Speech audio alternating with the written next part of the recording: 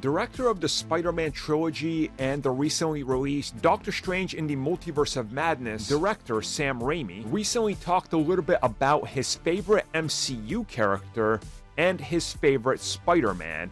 And shockingly, his favorite character is not Doctor Strange, and it's MCU Spider-Man for both answers. And this really upset a bunch of people. Because of course it did.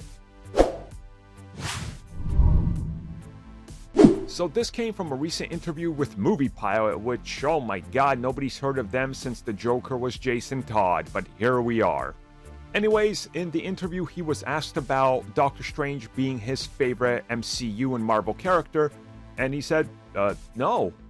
Actually, my favorite MCU character is the Spider-Man, because everything around him you can relate to.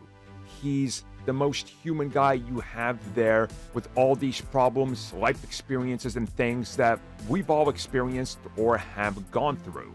He's got these problems. He's got the bad skin. He's got to do his homework.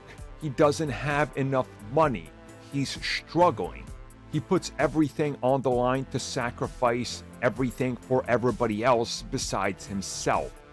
And that he embodies what it means to be Spider-Man, what it means to be one of the greatest superheroes of all time, and that it's that part that draws him towards the MCU Spider-Man, and why it's his favorite MCU character and his favorite Spider-Man. So I don't see what's wrong with his answer, but of course the internet found his answer to be wrong, because apparently he doesn't understand Spider-Man.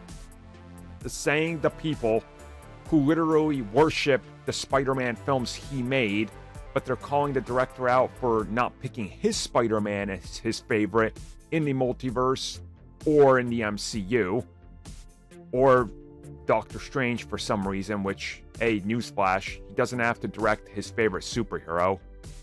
I mean, right? Okay, we got that out of the way. I just don't see why people are upset. He literally states that Peter Parker has all these problems, which are in the two films leading to No Way Home.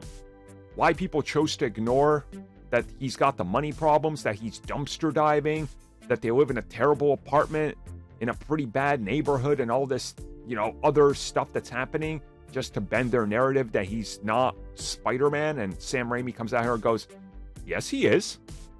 Look at all these problems. It's almost like Sam Raimi watched the films and didn't listen to some YouTube essayist or blog writer with 10,000 words tell them what to feel. I don't know. I mean, Sam Raimi's allowed to have his own opinions, and he's allowed to like a different Spider-Man. This tribal mentality is just insane.